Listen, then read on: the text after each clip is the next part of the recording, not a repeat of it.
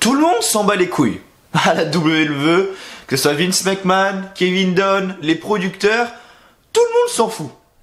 Donc je me suis dit, putain Mathieu, je pouvais pas faire la vidéo déjà mercredi soir, j'avais pas eu le temps de la tourner. Là il est jeudi matin actuellement, faut que je l'upload pour jeudi soir en sachant que je vais pas être chez moi de la journée. Donc là je me dis putain ça me fait chier quand même, j'aurais bien aimé proposer la vidéo jeudi soir. Je pense qu'à mon avis elle arrivera vendredi, la vidéo, je suis désolé. Mais est-ce qu'un show comme ça mérite une seule seconde d'avoir un minimum d'attention et avoir un minimum d'effort de ma part? Je crois pas. Je crois pas. Tout le monde s'en bat les couilles, je vais commencer à m'en battre les couilles aussi. Parce que sérieusement, quand je vois un SmackDown comme ça fait très peur. Vraiment, ça fait très peur. Vince McMahon, il est pas con. Vince McMahon, le mec, il est pas con. Il en a dans la caboche. Tu vois, il en a dans la cabessa.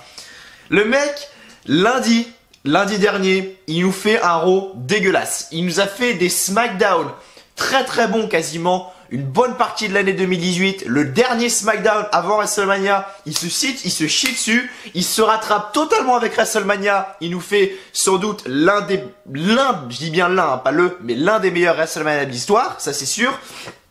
Il nous fait un Raw après WrestleMania, l'un des pires Raw après WrestleMania que j'ai vu de ma vie, et l'un des pires SmackDown après WrestleMania que j'ai vu de ma vie. Sans déconner, je sais pas c'est quoi leur bail, c'est toujours pas le shake-up, hein, mais je sais pas c'est quoi leur bail bizarre de faire venir des superstars de SmackDown à Raw et des superstars de Raw à SmackDown. Il faudrait qu'on m'explique ce que foutait Braun Strowman là ce soir face à Samoa Joe. Il faudrait qu'on m'explique tous les trucs comme ça. Il faudrait qu'on m'explique qu'est-ce que Drew McIntyre branlait là. Également, il faut sérieusement qu'on m'explique et qu'on m'éclaircisse les idées. Vraiment, il faut vraiment qu'on m'explique c'est quoi le délire. C'est quoi le délire? Le shake-up c'est dans une semaine, c'est la semaine prochaine, et ils nous font des trucs comme ça maintenant. C'est la semaine prochaine qu'il va falloir. La semaine prochaine sera une belle semaine. En tout cas, on a peut-être eu un Raw après WrestleMania de merde, un SmackDown après WrestleMania de merde, mais il y a le shake-up, donc le shake-up c'est quand même toujours assez intéressant. Il y a quelques petites news qui circulent par-ci par-là, il y a quelques petits abonnés qui m'ont renseigné par rapport aux Usos par exemple, pourquoi est-ce qu'ils ont perdu leur titre ce soir à SmackDown face aux Hardy Boys. Donc je vais en parler bien évidemment juste après, mais même le SmackDown en lui-même n'était pas bon. Je suis désolé, c'était pas bon. Clairement c'était pas bon. Et comment tu peux gâcher un Raw après WrestleMania d'une telle sorte, te faire cracher à la gueule d'une telle sorte et de sortir juste après un SmackDown comme ça? Comment est-ce que tu fais? Honnêtement je sais pas. Honnêtement je sais pas. Le show SmackDown est bon quasiment toute l'année 2018, mais les mecs au dernier moment arrivent à se chier dessus et je sais pas ce qu'ils branlent, mais ils y arrivent plus. Et clairement ils y arrivent plus et c'est dommage. C'est dommage parce qu'il y avait vraiment du beau potentiel. On pouvait faire quelque chose de bien. C'est comme là, je regarde par exemple, je regarde le match qu'on a eu ce soir. Tout à l'heure je parlais des Usos et des Hardy Boys. Pourquoi est-ce qu'à WrestleMania on n'a pas eu ce putain de match? Pourquoi est-ce qu'à WrestleMania on n'a pas eu les Hardy contre les Usos? Plutôt que de nous mettre un match de merde entre Aleister Black, Ricochet, les Usos, Rusev et Nakamura, et qui c'était la dernière équipe? Je sais même plus tellement j'en ai plus rien à foutre. C'était qui? Rusev, Nakamura, Aleister Black, Ricochet, les Usos, et qui était la dernière équipe? Ouais, vous voyez, c'était tellement intéressant, je m'en souviens même plus. Pourtant, j'ai une bonne mémoire quand ça m'intéresse. Hein. Je dis ça, je dis rien, mais waouh, vraiment waouh. À chaque fois, on me demande, Mathieu, est-ce que je dois regarder le show? Vous regardez la review avant d'avoir regardé le show? Non, n'allez pas voir le show. Raw n'allez pas voir, SmackDown n'allez pas voir, allez voir WrestleMania. C'est tout ce que je peux vous dire. Raw c'est 3 heures, SmackDown Live c'est 2 heures, ça fait 5 heures. Vous avez quasiment rattrapé le 3/4 du WrestleMania. Donc allez-y, allez voir WrestleMania, mais ne cherchez pas à regarder cette merde. Vraiment. N'hésitez pas à regarder ma review de WrestleMania. Au passage, 1h05 de review, on a fait la plus longue review qu'on a jamais faite sur la chaîne, ça c'est sûr. Et donc voilà, j'ai tout donné vraiment sur la review de Raw, sur la review de WrestleMania. J'ai fait une petite review de Raw hier. Avant-hier du coup, parce que je pense que la vidéo va sortir vendredi. Une petite vidéo de SmackDown tranquillement aujourd'hui également. Et voilà, mais vraiment la semaine WrestleMania s'achève ici. On a fait une grosse semaine quand même sur la chaîne. On a commencé la semaine dernière avec la review de Raw, la review de SmackDown, les vidéos pronostics. de NXT et de WrestleMania dans la même vidéo. Le pré-show qui a été annulé malheureusement vendredi. Samedi, il y a eu les grosses dernières news. On a fait une petite vidéo news en facecam de 20 minutes pour vous annoncer les dernières news avant le WrestleMania. Dimanche soir, il va y avoir le pré-show, mais il n'y a pas eu, ça a été annulé. Lundi, il y a eu la review de WrestleMania. Mardi, la review de Raw. Non, mardi, la review de WrestleMania. Mercredi, la review de Raw. Aujourd'hui, il va y avoir la review de SmackDown, mais elle sera donc vendredi. Je pense à la review de SmackDown et de toute façon, j'en ai rien à branler vu le show de merde que c'était. Je ne fais plus d'efforts, c'est terminé. Tant que la WWE ne fera pas d'efforts pour moi, je ne ferai pas d'efforts pour eux, les amis. Voilà, maintenant, c'est fini. Maintenant, la semaine WrestleMania est finie également. Tous les petits fans qui étaient là, tous les fans français qui étaient là, qui ont été photographiés énormément de fois. Je pense à Axel, je pense à Aurélien, je pense à tout ça. Je pense à d'autres collègues youtubeurs qui ont été également là-bas, qui ont passé une semaine fantastique. Voilà, je suis vraiment content pour eux. Je suis vraiment content pour eux. Il y a rien de plus qui me fait plaisir. Donc voilà, ça me fait énormément plaisir pour eux. Axel, Aurélien qui ont vécu un bon moment. C'est deux personnes avec qui je parle souvent. Vous les connaissez sans doute grâce à la chaîne WWE Fan France, qui ont clairement vécu un truc de dingue et je suis vraiment content pour eux. Je suis vraiment content du voyage qu'ils ont fait, tous les access, toutes les photos, etc. Vraiment, je suis vraiment content pour eux et ça me fait plaisir parce que ces deux mecs-là, ils ont une putain de passion pour le catch. Franchement, moi je dis respect. Franchement, moi je dis respect et voilà, on verra si je pense qu'ils le feront à WrestleMania 36. Moi, comme vous le savez, WrestleMania 40 est bien évidemment mon objectif, mais voilà, tous les fans sont revenus, ça y est, tous les fans vont revenir en France. Bon, laissez-moi tranquille, s'il vous plaît. Ok, c'est bon, merci. Donc je disais du coup, oui, tous les fans vont revenir en France, tous les fans vont revenir dans leur pays parce qu'il y avait des fans de absolument partout à travers le monde et je sais pas pourquoi, mais là à chaque fois quand on a les Raw et les SmackDown après WrestleMania, surtout les Raw après WrestleMania, on a des foules absolument, mais alors, on a des foules quasiment, mais alors déchaînées, tu vois. Et là, finalement, dans le Raw et de SmackDown, j'ai pas trouvé que la foule était aussi déchaînée, enragée que d'habitude. Tu vois, d'habitude, c'est limite des putains de psychopathes. Quand je me souviens, Roman Reigns, après WrestleMania 33, comment il s'était fait allumer la gueule. Et là, y a rien de spécial, en fait. Y a rien de spécial. Même au niveau de la foule, y a rien de spécial. Donc voilà, je vais pas dire que j'avais l'impression de me trouver dans le Minnesota. Quand même pas, faut pas non plus déconner. Mais voilà, y avait pas grand chose de spécial. Il n'y a pas grand chose de spécial, mais voilà, SmackDown ne mérite clairement pas d'en parler vraiment parce que il se passe rien. On a des mecs comme par exemple Andrade Cien Almas qui se prend le pin face à Aleister Black, Ricochet et Ali. Je veux dire, Andrade Cien Almas est sans doute le mec qui a le plus de talent dans tout le roster et j'ai pas peur de le dire actuellement. Et le mec est utilisé comme ça. Le mec c'est clairement l'un qui a le plus de talent dans tout le roster et il est utilisé comme ça. Il est où le foutage de gueule? Regardez le match qu'il a fait. Parce que depuis les gens qui sont arrivés, ils me disent mais Mathieu, qu'est-ce que tu me racontes? Andrade, qu'est-ce qu'il a fait? Mais justement, il a rien fait. Et c'est bien ça le problème, c'est bien ça que je reproche. Allez voir le match qu'il a fait face à Aleister Black à NXT TakeOver New Orleans l'année dernière, il y a 1 an maintenant. Regardez ce match-là, voyez le talent qu'a Andrade et après vous pourrez revenir. Parce que pour l'instant, c'est sûr que c'est pas ce qu'il a fait à SmackDown, que ça va vous impressionner, et c'est bien ça le problème, mesdames et messieurs. Mais voilà, ensuite, il y a rien eu, quoi. Le segment d'ouverture, ok, il était assez cool. Avec le New Day, c'était une célébration, mais bon, on va dire que la célébration était ratée parce que, voilà, on a eu Cesaro qui est arrivé, on a eu Drew McIntyre également qui est arrivé pour nous annoncer le soir qu'on allait se retaper encore un match entre New Day, Cesaro, Sheamus et Drew McIntyre. Je sais pas pourquoi est-ce que Drew McIntyre était là.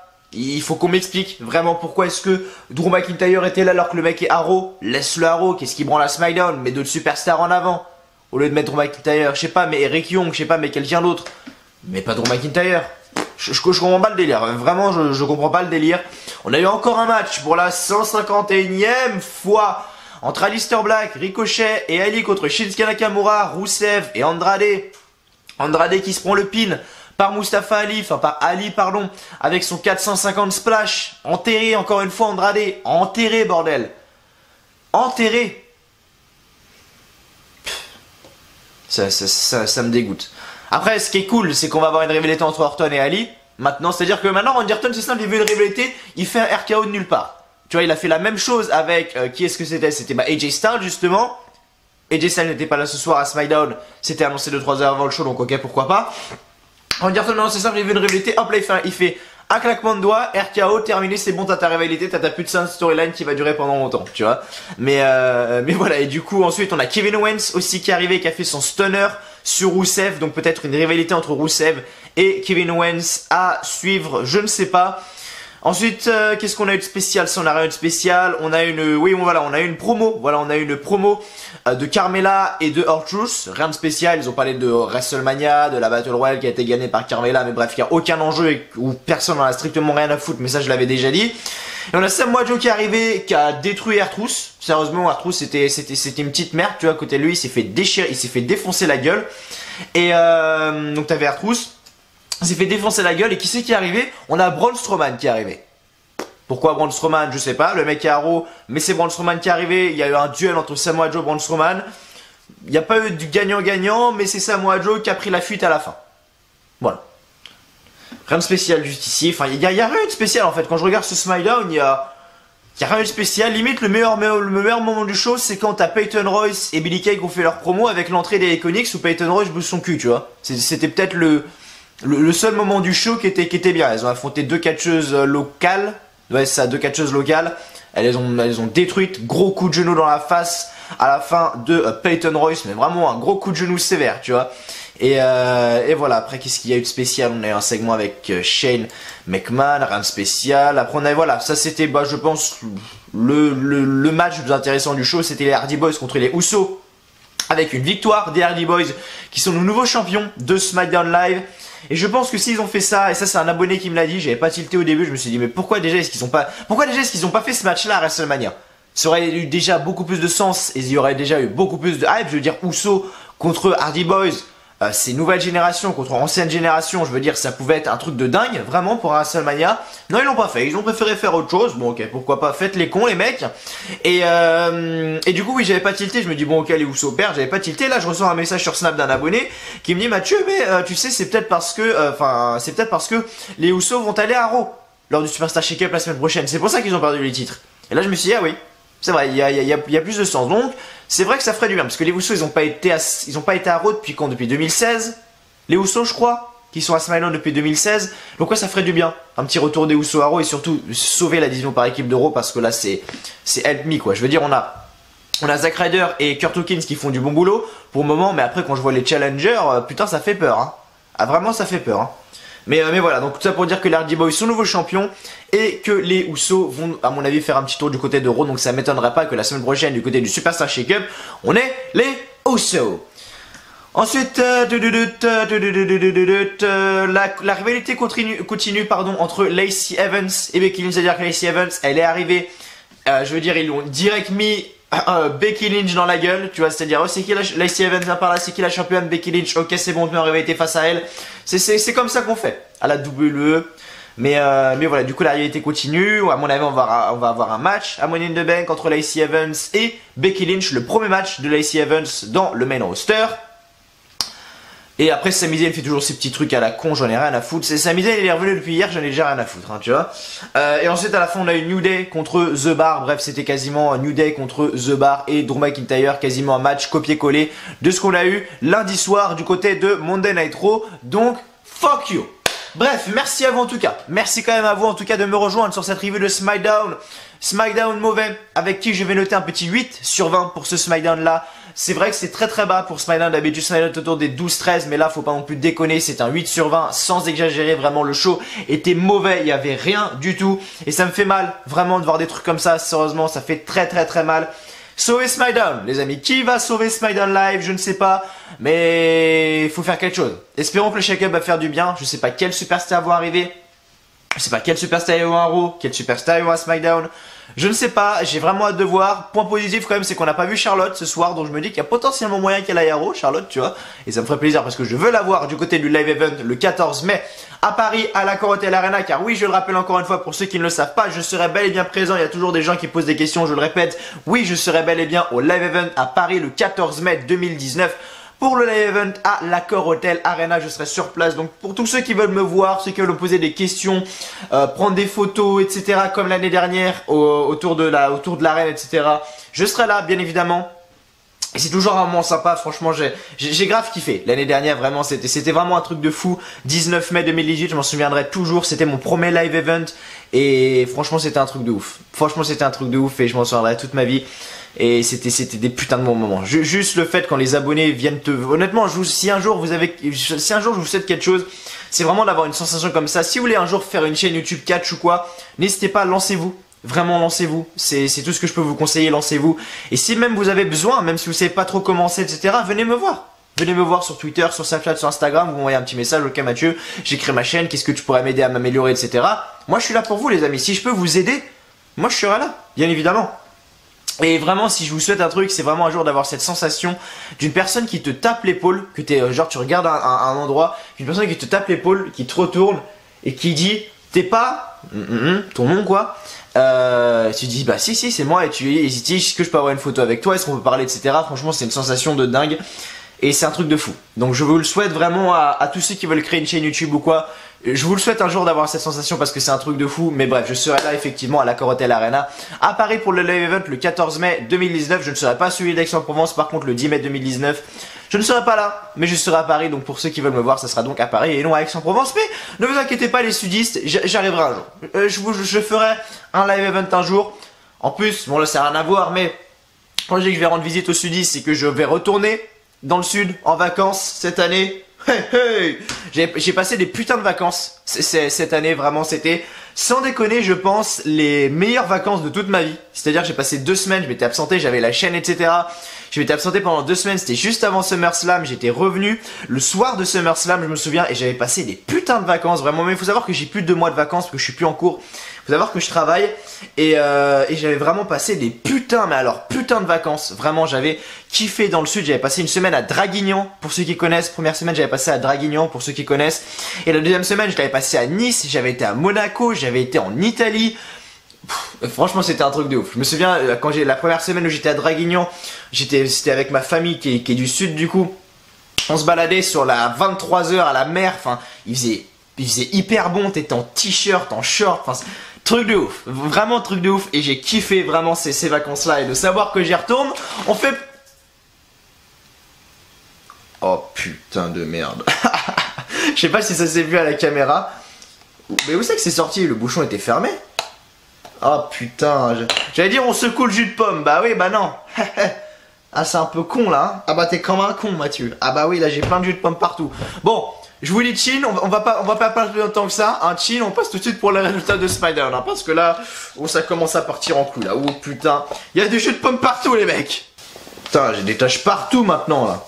Bref, merci à vous en tout cas, merci à vous en tout cas d'être là sur le live de SmackDown les amis. Si la vidéo vous plaît pour le moment, que vous rigolez bien, que vous passez un bon moment, n'hésitez pas comme d'habitude le petit like, le petit pouce bleu, merci à tous ceux qui le font à chaque fois sur toutes les vidéos, je sais qu'il y a des gens qui le font à toutes les vidéos, je ne sais pas qui, j'ai vos noms en tête parce que vous mettez des commentaires, mais vraiment merci à vous les gars, vous êtes là, vous inquiétez pas et vraiment merci du fond du cœur. Abonnez-vous également à la chaîne W Live France si vous l'avez toujours pas fait, je sais pas ce que vous attendez les gars, mais allez-y, abonnez-vous et voilà, mettez un petit commentaire en dessous de la vidéo pour me dire ce que vous avez pensé du show les amis. Et si vous avez un petit commentaire à mettre en dessous de la vidéo, voilà, n'hésitez pas également à m'ajouter sur les réseaux sociaux, si vous le souhaitez les amis, Instagram, Snapchat, Twitter, voilà, c'est là, vous pouvez m'ajouter et me parler, si vous le souhaitez, bien évidemment, je réponds à tout le monde. Et voilà, dernière fois qu'on a ce layout de SmackDown autour, car oui, j'aurai des nouveaux layouts la semaine prochaine pour Raw et SmackDown, j'ai hâte de vous faire découvrir ça. Donc voilà, allez-y, likez, abonnez-vous, commentez, je bois, et après on passe tout de suite au résultat de SmackDown.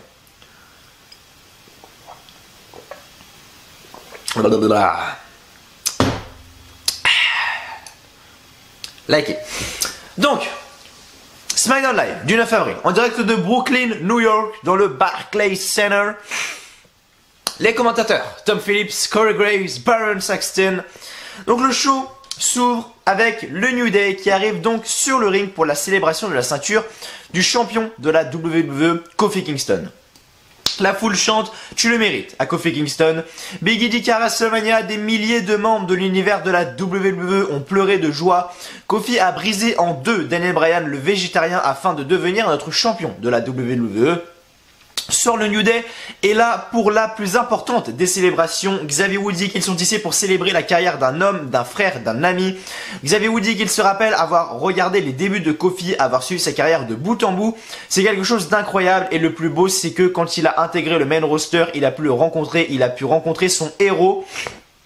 Woods dit qu'au nom de tout le monde ici et au nom de l'univers de la WWE tout entier, Kofi Kingston, on t'aime, bravo. Kofi Kingston dit que c'est incroyable, tout ça est presque irréel, ça n'aurait pas dû arriver, sauf que c'est arrivé, mais la musique de The Bar retentit.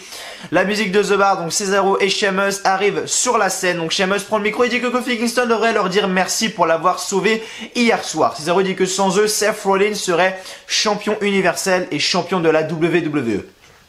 Sheamus dit que Kofi a presque perdu son titre après seulement 24 heures de règne. Ce n'est pas parce que Kofi est un catcheur B+, mais parce qu'il était seul, sans Biggie et Xavier Woods.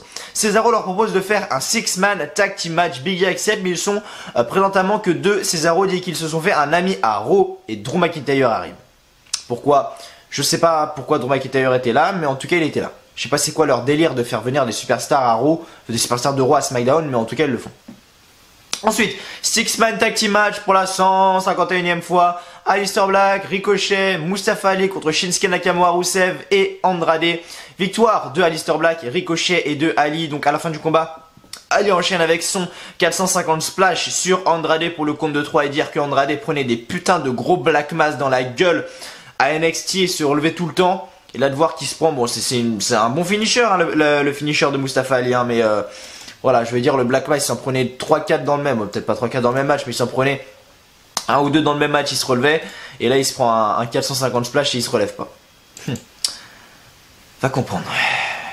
Ensuite, après le combat, donc Randy Orton arrive de nulle part et fait son RKO sur Mustafa Ali. Ensuite, pour retourner en coulisses, et Kevin Owens arrive aussi de nulle part et fait son stunner sur Rusev pour ensuite retourner en coulisses. En coulisses, Kayla est avec les Usos afin d'avoir leur ressenti quant à leur match de ce soir. Jay dit que les Usos sont toujours champions et ils ont besoin de gagner ce soir. Ils n'ont jamais affronté les Hardys, ce n'est pas seulement pour les titres, c'est aussi pour prouver qu'ils sont les meilleurs frères de la WWE. Jimmy ajoute que c'est aussi pour prouver qu'ils sont la meilleure équipe de l'histoire. Ensuite, de retour, R-Truth et Carmella sont sur le ring. R-Truth dit qu'à WrestleMania, nous avons eu le droit au plus grand dance break de l'histoire, mais pas seulement. Carmella a aussi battu André le Géant dans le Royal Rumble match. Carmella le corrige en disant que c'était la Battle Royale féminine. R-Truth dit c'est la même chose. Assez drôle R-Truth comme d'habitude. Et Carmella dit qu'il y a un an, elle devenait championne en encaissant son contrat Money in the Bank. Beaucoup de choses ont changé depuis. Gagner le trophée de la Battle Royale n'est que le début. Elle voit les grandes choses pour le futur. Mais la musique de Samoa Joe retentit. Samoa Joe arrive sur le ring. Samoa Joe et R-Truth enchaînent les coups et Samoa Joe évite le finisher de R-Truth et lui applique son coquina clutch pour le sonner. Samoa Joe prend le micro et dit qu'il est l'homme qui a détruit Rey Mysterio en 60 secondes. Ceci est un avertissement. Il est prêt à battre n'importe qui. La musique de Braun Strowman commence. Pourquoi? J'avais pas la putain de m'en aller encore une fois. Braun Strowman court vers le ring, l'échange de coups commence entre les deux. Strowman prend le dessus pour enchaîner avec sa slam, mais Samoa Joe le repousse et prend la fuite. Ensuite, les Iconics, Peyton Royce et Billie Kay font une petite promo, rien de spécial. Ils disent en gros qu'elles affrontent n'importe qui, n'importe où, à n'importe quel moment. Bref, on a eu un match ensuite entre les Iconics et justement deux catcheuses locales. Donc c'était Carissa et Kristen. Donc les Iconics gagnent le match. Donc à la fin du combat, Peyton Royce porte un énorme coup de genou dans la gueule. Sérieusement, il a dû piquer celui-là pour le compte de 3. Logique. Ensuite en coulisses, donc Kayla arrête Paige, il lui demande la raison de sa présence. Paige dit que c'est le SmackDown Live d'après WrestleMania. Une petite semaine avant le shake-up, elle voulait regarder de plus près les nouvelles champions par équipe. Leur performance de ce soir était vraiment impressionnante. Elle a un secret pour Kayla. La semaine prochaine, elle nous amènera sa propre équipe. Intéressant. C'est peut-être le seul truc qui me hype le plus, tu vois. Ensuite de retour, donc Shane McMahon est sur le ring. Shane McMahon dit que ça a été une semaine géniale et la semaine prochaine sera tout aussi géniale avec le Superstar Shake-up. Shane McMahon dit qu'à WrestleMania, Seth Rollins est devenu le champion universal, Kofi Kingston est devenu le champion de la WWE et Becky Lynch est devenue une double championne. Mais pourquoi des millions de personnes ont tenu à regarder WrestleMania? La raison est simple, tout le monde voulait voir un match en particulier. Tout le monde voulait voir Shane McMahon détruire le Miz. Shane McMahon demande pourquoi Greg Hamilton semblait manquer de passion et d'entrain ce soir. Greg Hamilton dit que les fans l'ont menacé de le frapper s'il présentait Shane McMahon en l'appelant Best in the World. Shane McMahon dit que Greg Hamilton doit seulement se préoccuper de Shane. Greg Hamilton qui fait un très bon travail. D'ailleurs, vraiment, ce mec-là, au niveau de la présentation et tout, le mec a un putain de talent. Vraiment, Greg Hamilton, c'est vraiment quelqu'un de formidable au niveau des annonces et tout. Franchement, c'est quelqu'un de formidable, Greg Hamilton.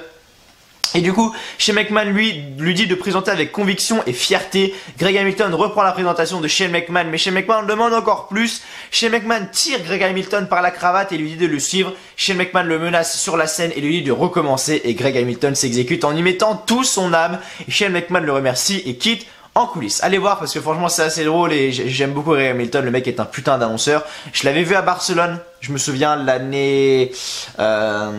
c'était en 2017. À Barcelone, il y a d'ailleurs mon vlog sur la chaîne où je l'avais vu Greg Hamilton et c'est vrai que c'est un putain de mec. Vraiment, bon je lui ai pas parlé ou quoi, hein, mais c'est un très bon annonceur.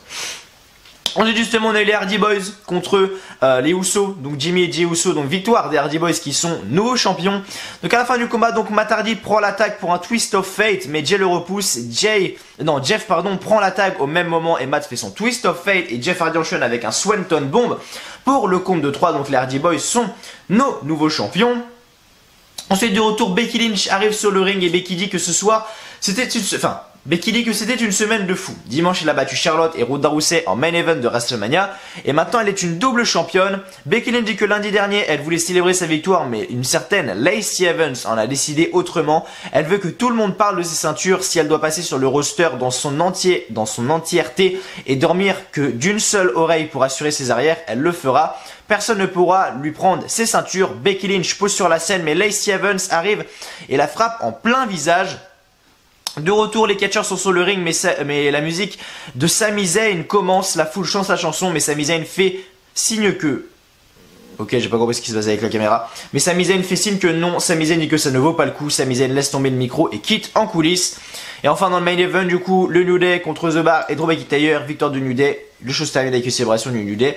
Et de la famille de Kofi Kingston. C'est simple, j'en ai... Clairement, mais j'en ai rien à battre. Vraiment, je n'ai rien à battre. Et j'arrête la vidéo maintenant. Certes, elle n'a pas duré longtemps ou quoi.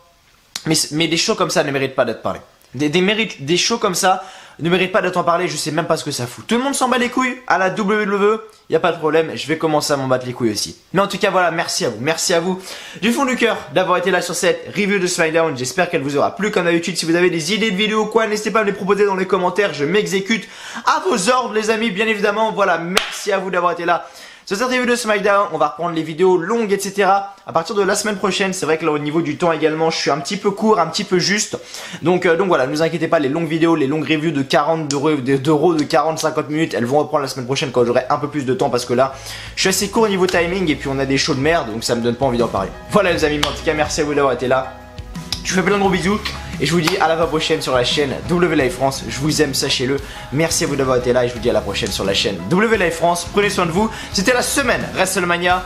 J'espère que vous avez kiffé les amis. Voilà, merci à vous d'avoir été là et je vous dis à la prochaine sur la chaîne W Live France. Bisous à tous.